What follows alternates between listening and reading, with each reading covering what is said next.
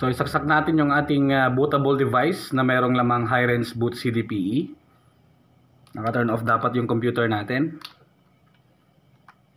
Gusto nyo i-download yung Hi-Rez Boot CDPE, link will be in the description below. Turn on, pasukin natin ang BIOS, Toshiba to, kaya F2.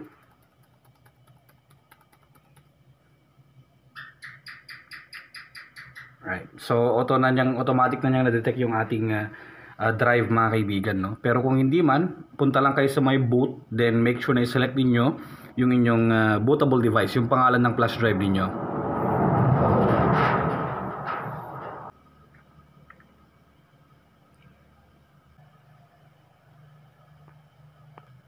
Yan. Tapos magpapakita to, initializing Hi-Rez Boot CDPE. Alright. So, punta tayo dito mga kaibigan sa may startup. Yan. Then punta tayo sa may all programs. Then hanapin natin ang security. Tapos passwords.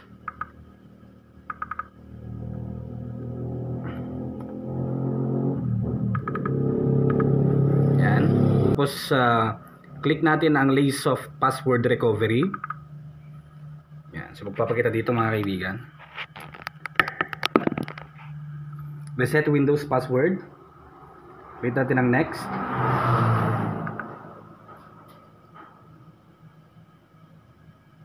Yes.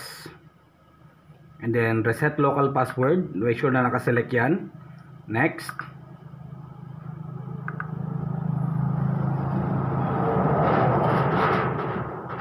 Tapos hanapin natin dito mga kaibigan yung active na user.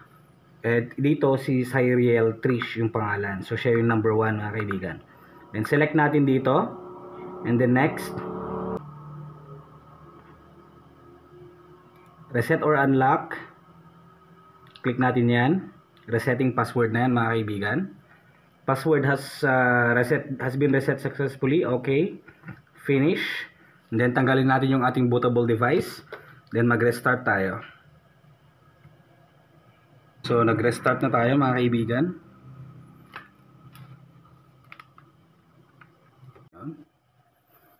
So tignan natin kung meron pang password o wala na.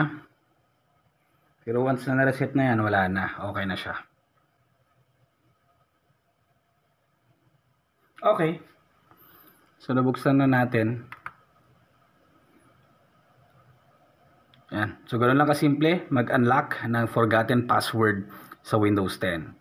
So again, ito yung kung paano pa gamitin si Hi-Rez Boot CDPE. Para makompleto nyo to, link will be in the description below.